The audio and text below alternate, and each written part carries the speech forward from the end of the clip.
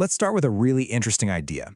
What if divine punishment wasn't a sentence handed down from on high, but was actually a mirror? Today, we're diving deep into a theological concept that challenges our whole idea of justice and accountability. It suggests our actions don't just lead to consequences, they literally become our final reality. Now, our analysis today is a really focused forensic deep dive into one single source. It's a detailed lecture on the exegesis, the interpretation of Surah Maryam by the philosopher Ayatollah Javadi Amoli. We're going to be meticulously unpacking the arguments he presents, both textual and philosophical, to really understand the profound implications of what he's saying. So here's our game plan for today. First, we're going to look at a crucial distinction between two different ways of making a statement. Then we'll get into the core concept, this idea of the embodiment of our deeds. From there, it'll make sense why punishment is seen as an inner reality.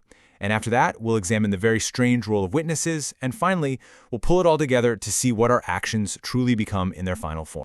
So let's circle back to this central question, because it really gets to the heart of our source text. What if the consequences we face in the afterlife aren't some judgment handed down by an external judge, but are simply the unveiled, unfiltered reflection of who we were and what we did? Okay, our first section gets right to the philosophical bedrock of this entire argument. The source text makes a critical distinction in language that, honestly, changes everything. So the text lays out a critical difference, and it's rooted in classical rhetoric, between two kinds of statements. On one hand, you have insha'i statements. Think of these as performative. They create a new reality, like a judge saying, "I sentence you to prison." On the other hand, you have ikhbari statements. These are just informative. They report on a reality that already exists. It's like a doctor telling you the inevitable biological consequences of a certain illness. One creates, the other describes. And here's the massive takeaway from that distinction. The argument is that when the Qur'an warns of punishment, it's not making a performative threat, an insha'i statement. It's not God saying, "I will create a punishment for you."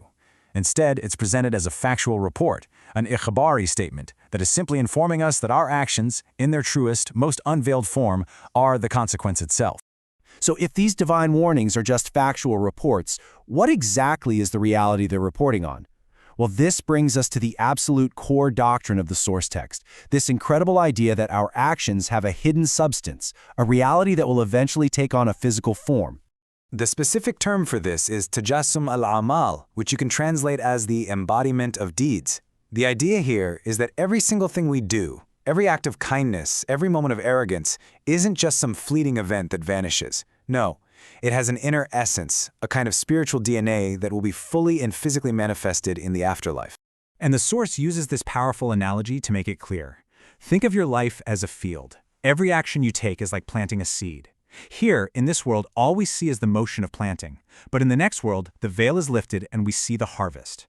An act of compassion grows into a beautiful garden. An act of deceit grows into a tree of fire. This means we aren't sent to a garden or a fire. We simply wake up and inhabit the reality that we ourselves have been cultivating all along. So according to the text, the afterlife isn't some new place that gets created after this world ends. It is this world, just with the physical veils torn away. It's the grand unveiling of all the inner truths and spiritual realities that were always present inside our actions, but were just hidden from our five senses. Okay, so for actions become our reality, what on earth does that mean for punishment? This is where the argument gets truly profound and, maybe a little unsettling. This right here is the most powerful claim in the entire text.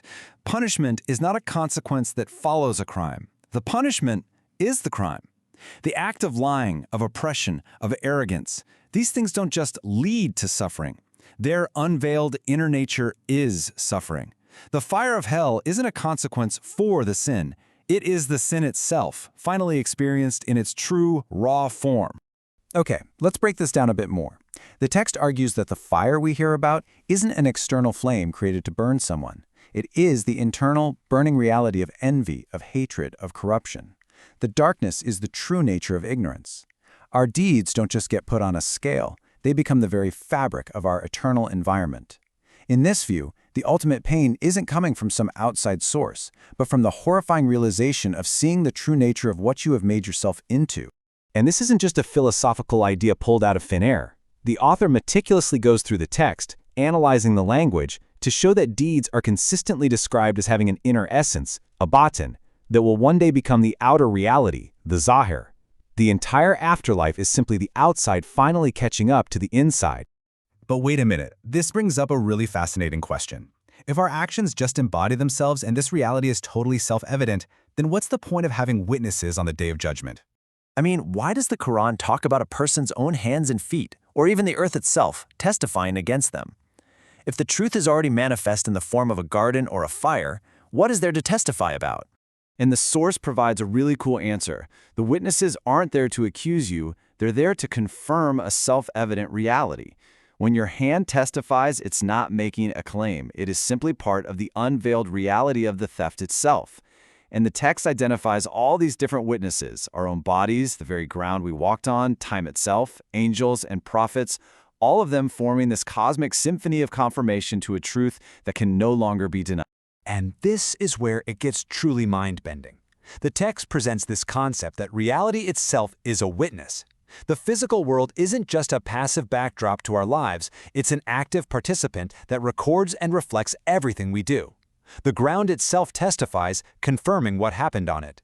Nothing is forgotten because everything is part of the record.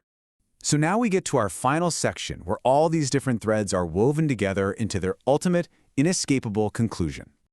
You see, if our actions are the literal building blocks of our eternal self, then accountability isn't some external decree that you might be able to escape. It's woven into the very fabric of cause and effect, into the physics of existence itself. It's absolute. This, right here, is the fundamental shift in thinking. Judgment is not an external process where a list of your good and bad deeds is weighed out. It's an internal, automatic process of becoming. We aren't punished for being unjust. Our eternal state is the unveiled reality of that injustice. We are quite literally judged by what we have made of ourselves. What this reveals is an unbreakable continuity between this life and the next. The afterlife isn't a reset button. It is the final, unvarnished, and inescapable truth of what we chose to be and what we chose to do during our time here. It's the great unveiling. And as the source text wraps up, it concludes that our final state, whether it's one of ultimate honor or one of ultimate disgrace, is nothing more and nothing less than the direct result, the embodied harvest of the seeds we planted throughout our lives. It's a reality entirely of our own making. And so all of this leaves us with a final, really provocative thought. If this theological framework holds true, if every choice, every word, every single intention is literally another brick in the architecture of our eternal home and our eternal self, then the most important question isn't about some future judgment. It's about this present moment. What are we building right now?